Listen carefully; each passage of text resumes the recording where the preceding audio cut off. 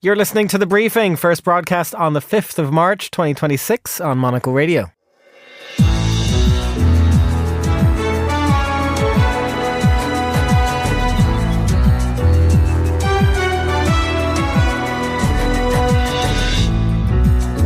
Hello and welcome to The Briefing, broadcasting live from Studio One here at Midori House in London. I'm Chris Chermak. Coming up on today's program. Their missiles are being wiped out rapidly. Their launchers are being wiped out. They're attacking their neighbors. They're attacking their allies, or not so long ago allies. U.S. President Donald Trump has won the backing of the Senate. We'll look at whether support for the widening conflict with Iran is as strong as that vote suggests.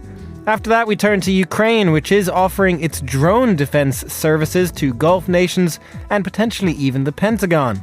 We'll hear about China's latest 5-year plan and downgraded growth forecasts. And finally, Fernando Augusto Pacheco for the global countdown. How's your Korean, Faye? Hello, Chris. My Korean is non-existent, but I know a thing or two about the South Korean music charts, and it's not all K-pop. Well, that's something, isn't it? All that right here on The Briefing with me, Chris Chermak.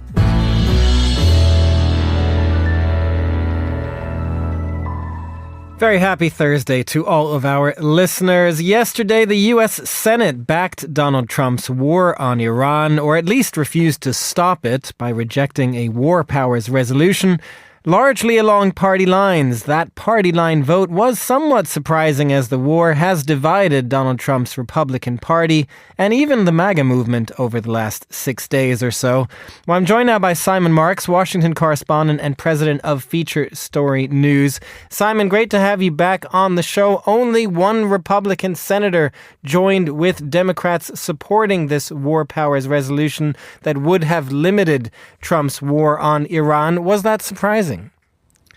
Well, I think it's not surprising, Chris. I think it was pretty much baked in because the president, any president, after they go to war, and of course this president and his administration say they haven't gone to war, they're engaged in major combat operations. But to all intents and purposes, everybody knows this is a war, and indeed the president slipped a few times yesterday and referred to it as a war. But every president can always use the bully pulpit of the presidency, at least in any conflict's opening stages, to sort of demand backing. And President Trump certainly secured that in the Senate. The vote was 53 to 47. One Republican switched sides. That was Senator Rand Paul of Kentucky. Always a no vote when it comes to military action. He's a libertarian Republican. But one Democrat also switched sides. John Fetterman of Pennsylvania, who's very controversial within his own party. So they both cancelled each other out, and that's why you ended up with that 53-47 vote, which certainly over the short term gives President Trump the green light to go ahead and do whatever he wants to do without consulting Congress, even though Democrats are going to continue stamping their feet over that and saying that he is in breach of the war powers resolution that on paper would suggest that he requires at least consultation before these sort of major combat operations take place, and possibly even votes.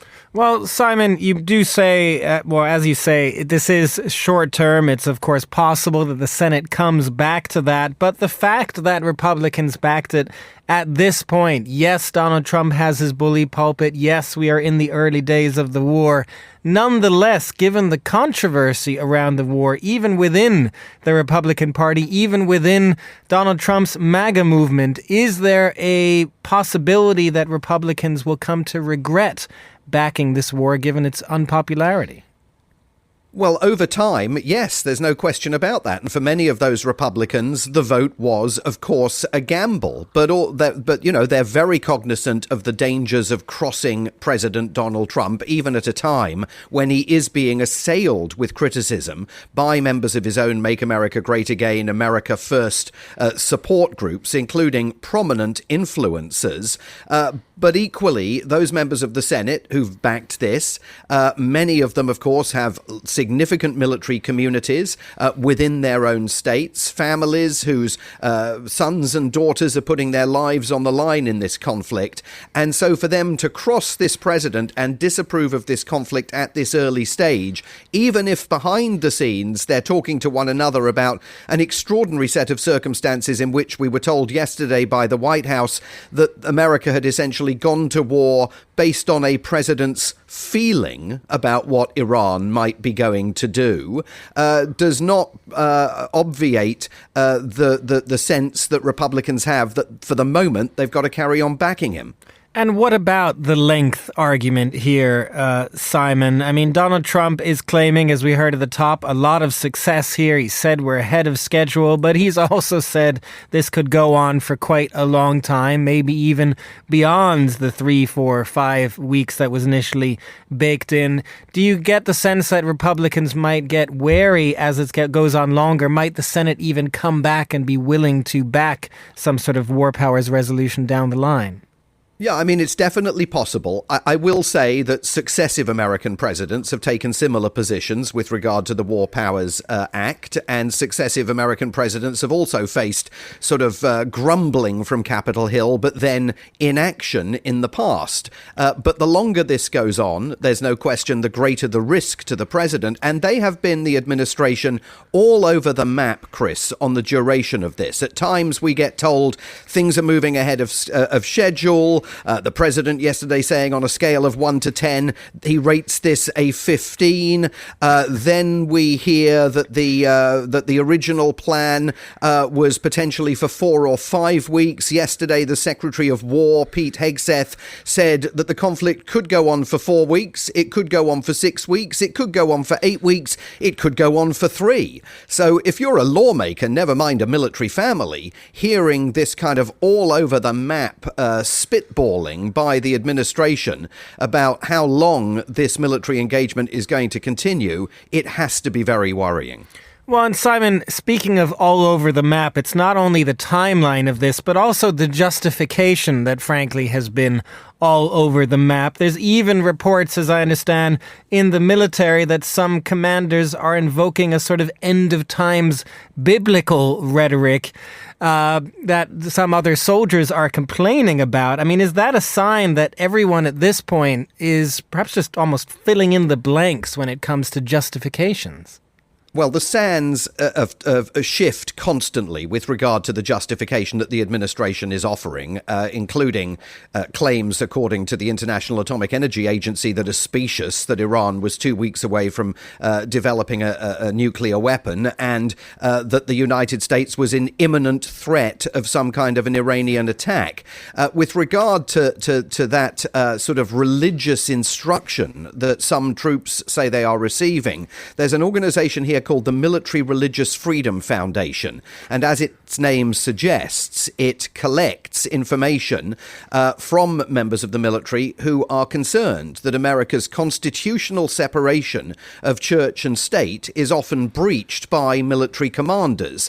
And scores of them, since the conflict began, have been in touch with the Military Religious Freedom Foundation to say precisely that some of their commanding officers have been saying that this is an effort to prevent Armageddon, biblical Armageddon, from taking place, that this is biblically inspired military action by the President of the United States. And indeed, Pete Hegseth earlier in the week said that he was praying for the biblical vision to make sure that American forces win what is, of course, a war against a theocracy. And those complaints that are pouring into the Military Religious Freedom Foundation are gathering some attention now on Capitol Hill.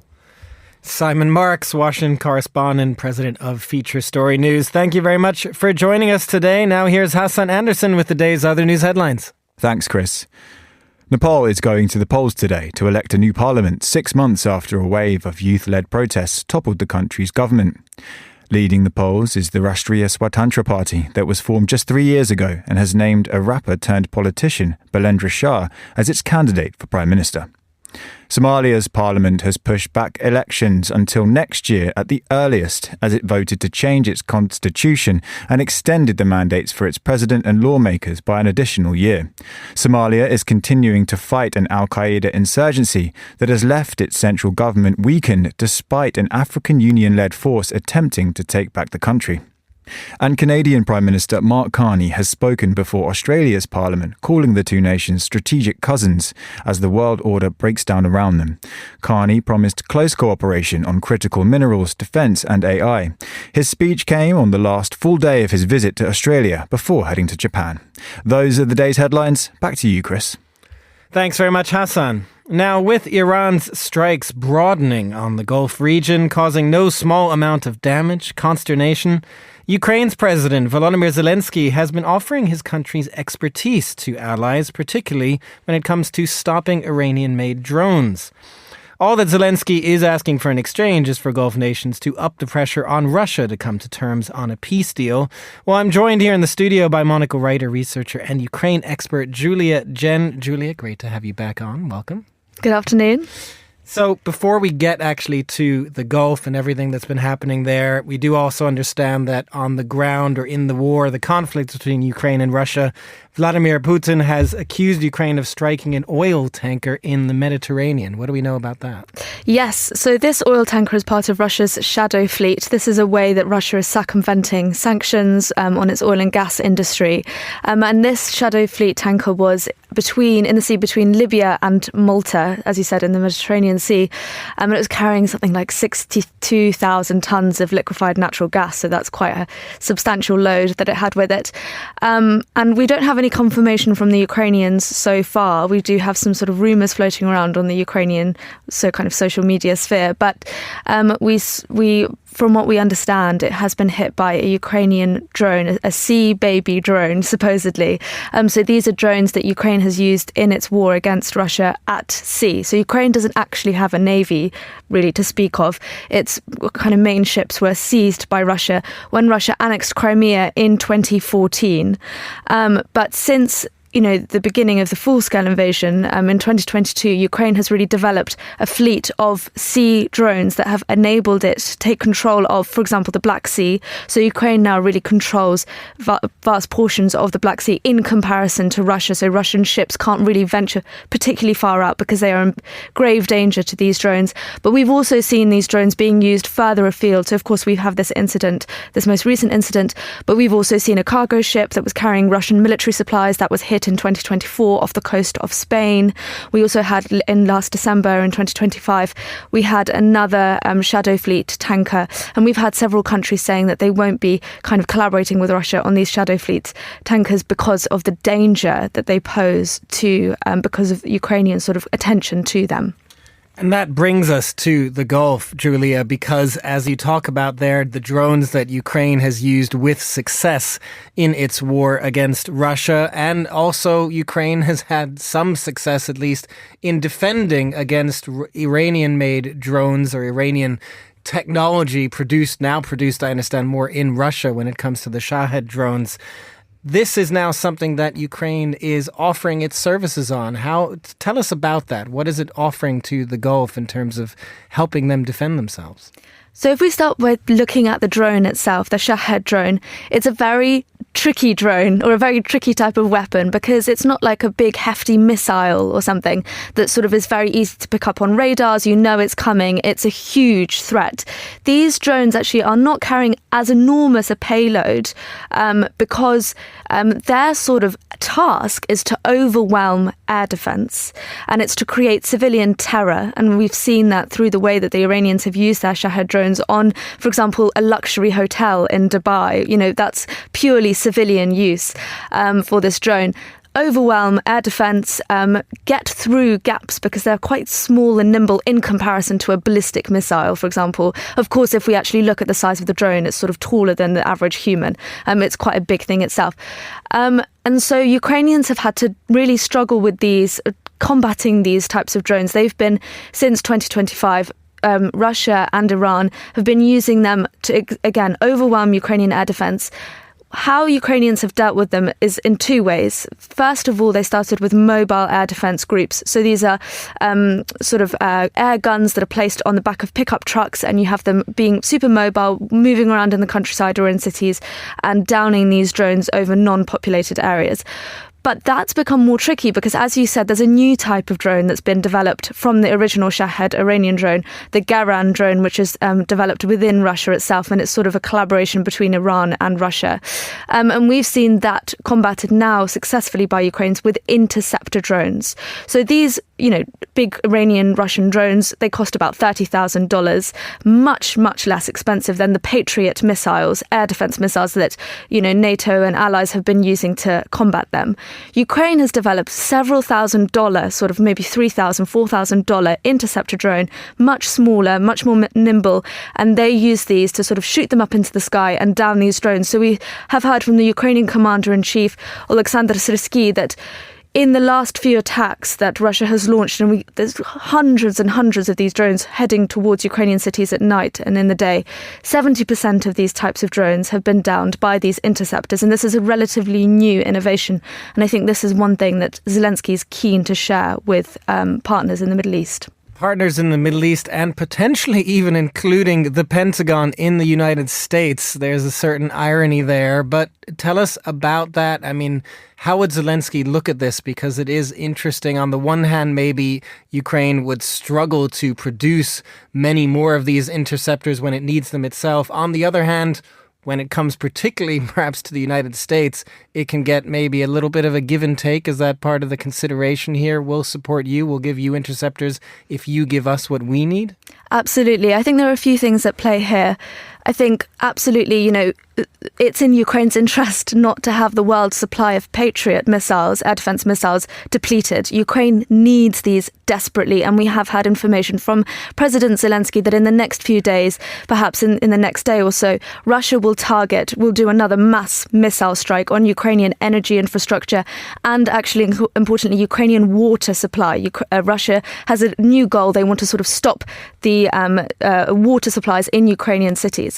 So there's that one thing. They don't want that to deplete, and they do want to get their hands on more Patriot air defense missiles.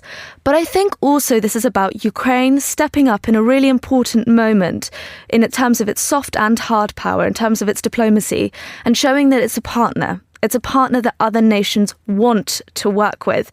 Ukraine is shaping its image from being, that faraway country that the US sends weapons to, sort of for free charity, that sort of vibe that was really cultivated under Biden and Trump has really picked up on and really kind of expressed. Now, Ukraine is actually Ukraine has this expertise that it can share with the rest of the world, and it's an equal partner. And I think this is really important in shaping Ukraine's image, specifically to Middle Eastern partners. And of course, we know that they are very much important in terms of the peace talks that happen between Russia, Ukraine and the US. They're important, and we've actually had a prisoner exchange today, 200 prisoners of war being released from Russian prisons back to Ukraine. They are instrumental in those efforts as well, and bringing back home Ukrainian abducted children that have been deported to Russia. So I think this is a very important moment for Ukraine to strengthen its ties there.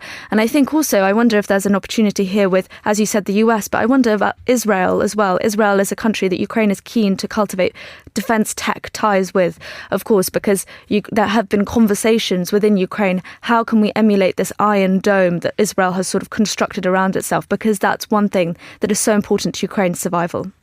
Monocle's Julia Jen, thank you very much for joining us today. You're listening to The Briefing on Monocle Radio.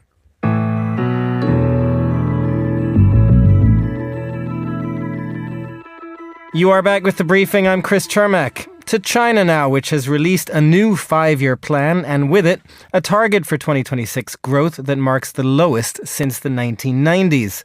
I'm joined now for more on this by Jonathan Cheng, the Wall Street Journal's China bureau chief in Beijing.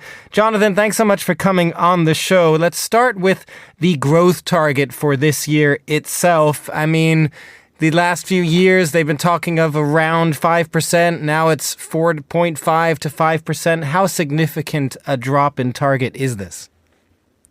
That's a great question. Obviously, it's a range that's a little bit different from saying around 5%, but it still does have that number 5% there.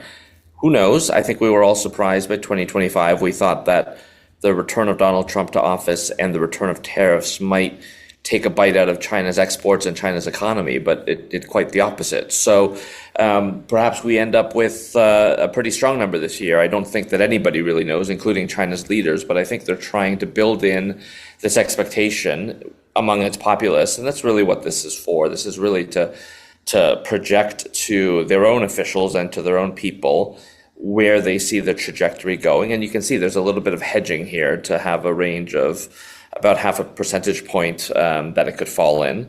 We know that this is a target. This is not a prediction. This is really the Chinese government the central government telling its local officials, this is what it's going to be. This is what we need you to get us. So it does suggest some cooling. It does suggest that this is a maturing economy that is plateauing, but also it's not a radical departure from the previous year, although it definitely is. To just have that number 4 there for the first time is really something else when you think that just, 10, 15 years ago, we were regularly in the 8%, 10% and above territory. So this is a cooling down, of course, but not one that was totally unexpected. You talk about a maturing of the economy. That's certainly one way to read this. I mean, how much will this be seen then as a defeat of sorts, the fact that you're going down below 5% potentially, or is it simply being realistic? Well, I think it's definitely some element of realism. Nobody expected that China would be able to sustain growth of 10% plus forever. I don't think anyone would expect any economy to do that. There is a natural sort of law of gravity that's in effect here.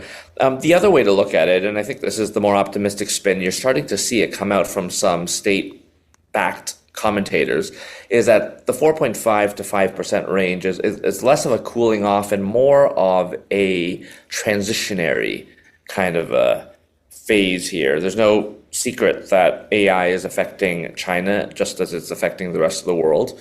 There's no question that automation, which is taking shape very rapidly in China, is going to mean a restructuring of the economy, of society. It's going to need a lot more humans at work in certain types of jobs. And so I think there is a sense here that definitely things are going to cool down. I think there's an optimism that this may just be a transitionary phase, and maybe soon, maybe they'll be back up to 5 or around 5 again. But of course, all of that remains to be seen. I think either way, I think what they're trying to signal is a certain sense of realism here.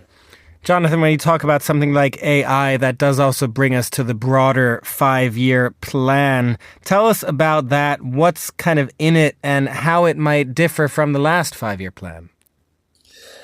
Well, yeah, these 5-year plans are a peculiar institution, of course, of socialist planned economies, and you still have this vestige of this, even though China in many ways has become quite capitalist. But we know that this is something that they take very seriously. We know this because you can look 5 years ago and see what their plans were and see that they really did follow through on them, and they really pointed towards technological self-sufficiency, ensuring that China was on the cutting edge of a lot of next generation technologies. They've done exactly that. They've tried to reduce their vulnerabilities to the rest of the world, and they've tried to increase the vulnerabilities that the rest of the world have in relation to them. And what's interesting about this 5-year plan is that it does actually have more continuity to it than change. And I think that that is a reflection of the fact that the Communist Party looks at their last 5-year plan and gives itself a nice big pat on the back. This is mission accomplished in many ways. And why would we want to change when we're on such a great trajectory? So I think we're going to continue to see China try to shore up some of its vulnerabilities, and it still does have many vulnerabilities. It doesn't have access to the very cutting edge of semiconductors, your NVIDIAs and your ASMLs and TSMCs, these sorts of what these companies are able to bring to the table. Aviation and putting a commercial jet like Boeing or Airbus is something else that they're still working towards. But I think there's still a lot of optimism and a lot of work to do there. And I think that they want to continue going in that direction because they look at the fruits that they have so far and they can say, that's what we want. We want more of that. Well, Jonathan, you mentioned at the start of this exports and that China is holding up surprisingly well despite Donald Trump's threats of tariffs.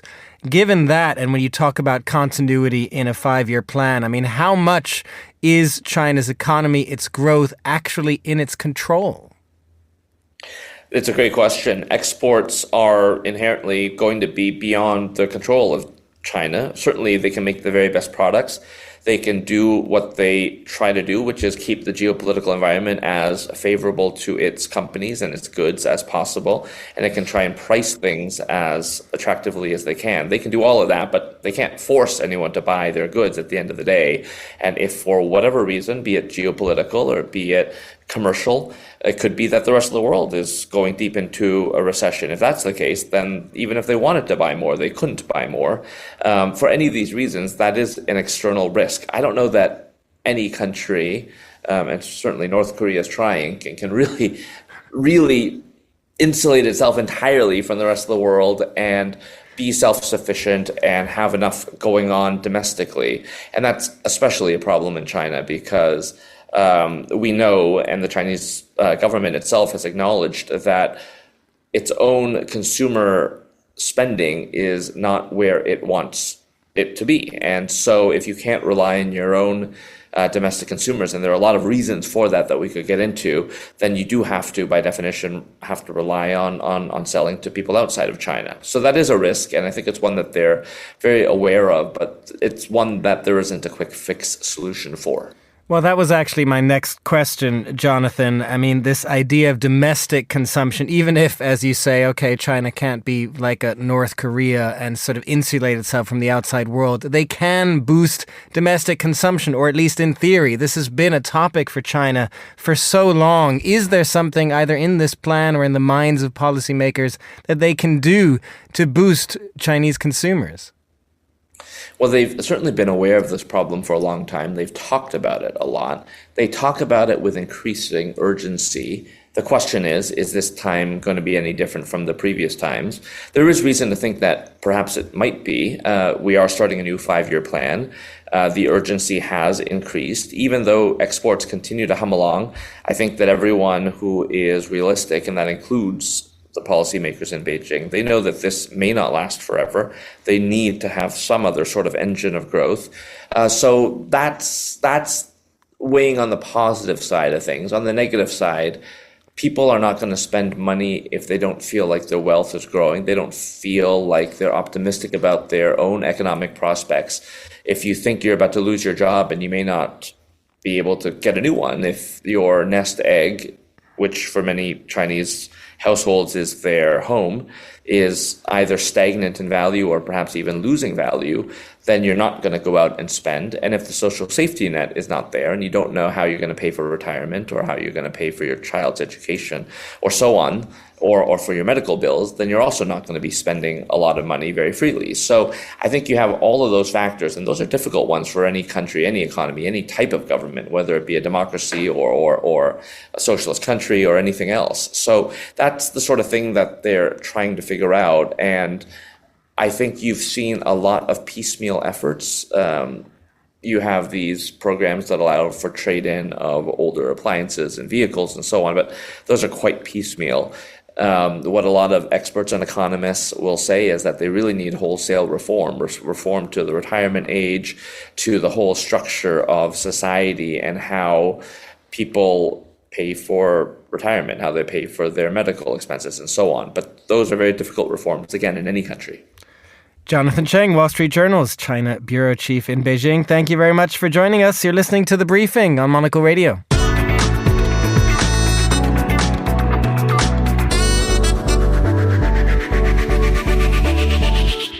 Finally, on today's show, what could that jingle possibly mean, except for the fact that it is this week's Global Countdown with Fernando Augusto Pacheco. Fernando, we already discussed at the top, your Korean is not the strongest, despite the fact that K-pop is leading people around the world to learn Korean right now. Absolutely. And you're talking about the US, a lot of Americans learning Korean, and actually a lot of Brazilians as well. There's even a reality show on Netflix saying My Korean Boyfriend, which is Brazilian women, deliberately wanting a Korean boyfriend because of their love for the country, the music. So yeah, it's very much on trend. Maybe I'll start my lessons tomorrow. I mean, it's a little easier if you have a partner to learn the language, I suppose. I agree. Love is the only way that you can learn a language officially, you know? Love is the way to learn. Love is the way to go. So we are heading with that to South Korea for today's Global Countdown. What's the status? Tell us about K-pop, where it stands right now. I mean, it's still very strong. Of course, it's not the new kid on the block anymore. You know, it's not a story that K-pop is popular because it's so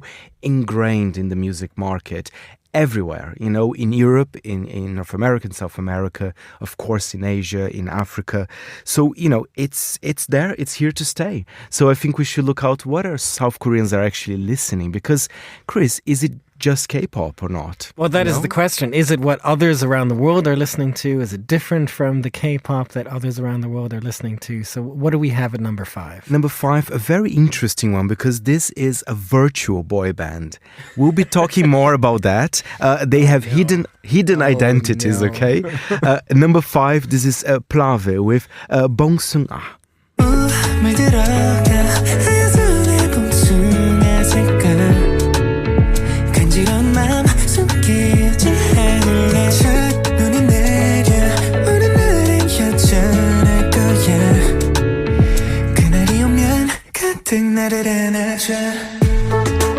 It's catchy, it's sweet, it's virtual.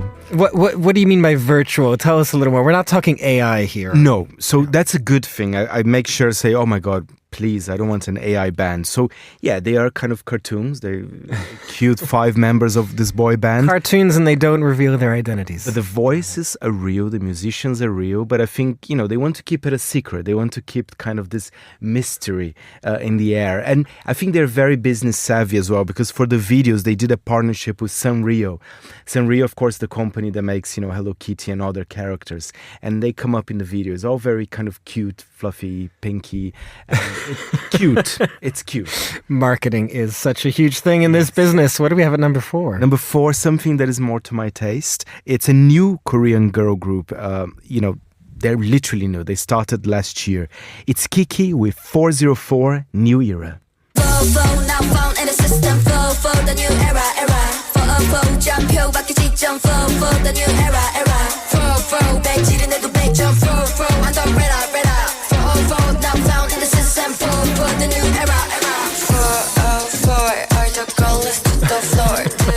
I like it.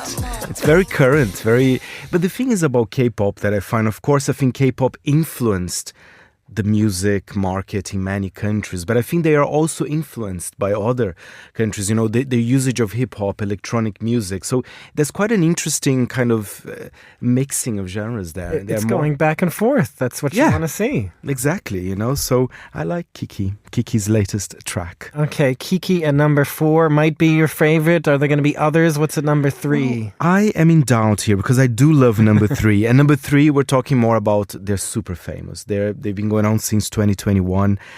You know, and basically I was reading an article about Ivy. Basically it's K-pop's spring comeback. Not that they ever gone away, but you know, we have during this period of March and April, all the big K-pop acts will release new music or projects, including Blackpink, BTS, which we all know. Which will be going on tour as well. I mean, yes, a massive global tour. But I love this one. It feels very ravey, but ravey and a little bit of Western influence, you know, the kind of, you will see what I'm talking about. This is Ivy with Bang Bang.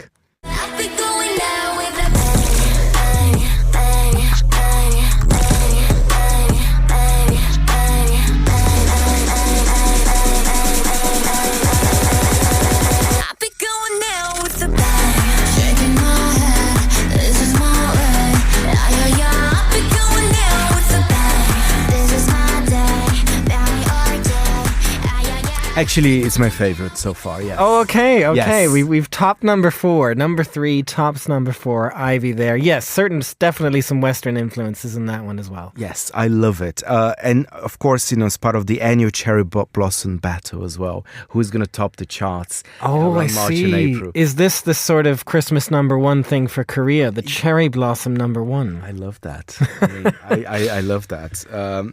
Every country has their own sort of most important number 1. one. Of course. Cherry Blossom number one. Okay, so these are even more important charts for that fact. We're entering March. So what do we have at number two? Number two, it's a song that I wouldn't describe it as K-pop, and that's why I don't know, maybe I'm wrong on that. But K-pop, of course, I think it's a specific genre that started in South Korea. Very sleek. Usually it's a boy band or a girl band. But I think they have other music styles as well, and I'm very happy to see other genres as well. So, for example, our next singer, Ling Young-woong, he actually won a reality show called Mr. Trot. And Mr. Trot, I'll explain to you. It's an audition show for singers who perform trot music. And trot music is a specific type of Korean pop from the early 20th century, which does have a little bit of foxtrot, some traditional music styles from South Korea. It's usually very emotional. There's a lot of ballads in it. So, South Korea is much more than just K-pop. You will hear the beautiful voice of Ling Young-woong with Eternal Moment. 그런 삶을 사세요. 평범하게 웃는 일상과 사랑하는 사람과 담소도 나누며 남 미워하지 말아요. 삶은 생각보다 짧아요. 이 순간을 영원처럼 살아봐요.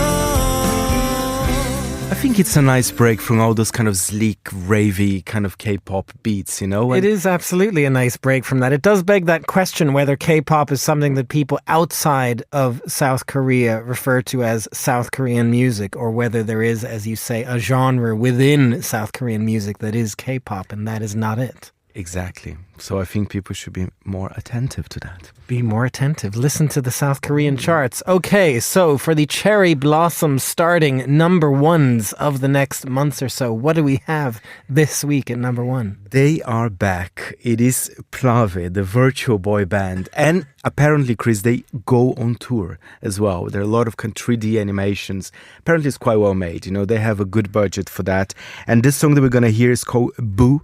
And I was trying to see what does that mean. Apparently, it's like a light kiss, something. Again, it's not like our Boo. No, so it's not. They're not scared. It's not Halloween inspired. It's very cute, romantic, very Cherry Blossom. Let's have a listen.